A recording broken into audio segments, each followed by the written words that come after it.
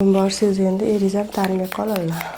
Deta qilib sportga borib ham ozomayotgan qizlarimiz uchun yaxshi protseduramiz bor. Yuzdagi va bo'yindagi ortiqcha yog'larni erituvchi protseduramiz lipolitik. Hozir bu patsienkamizga qilamiz. Nafaqat bunga qo'shimcha qilib ozdiradigan kapenitsamizni ham qo'yamiz va yuzlari bilan ishlab beramiz, cheska qilamiz.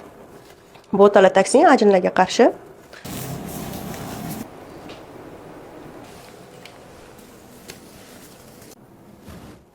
Har bitta inyeksiyadan oldin kojani yaxshilab tozalab olsa, o'zim menga kelgan patsientlar hammasi 3 ta, 4 ta, 5 ta protsedurani bittada olib ketishadi. Vitamin C ichishingiz kerak. Koreyskiyda yana.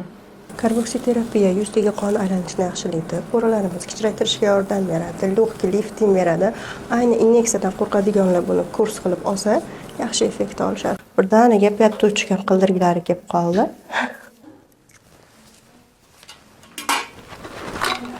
Yuzlaridagi ortiqcha yog'larini belgilab olamiz. Og'rimayapti?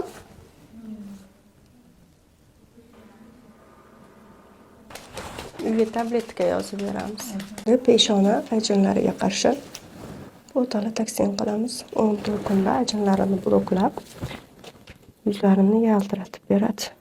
Qishin yozg'in har bitta protseduradan keyin patsientlarimga SPF surib qo'yaman. Yog'larni eritish muolajasidan keyin har bitta patsientga shunaqa maxsus bandajlarimizni beramiz. Undoq qilib taqib yurishadi. Taqib qo'yib uyda taqasin. Vitamin E, aloy, azulin kerak, chunki yuzingiz juda chувствительный. Manaqasiga qarab. Mana bu yaxshi. 5 kundan keyin, peshonangiz 14 kundan keyin.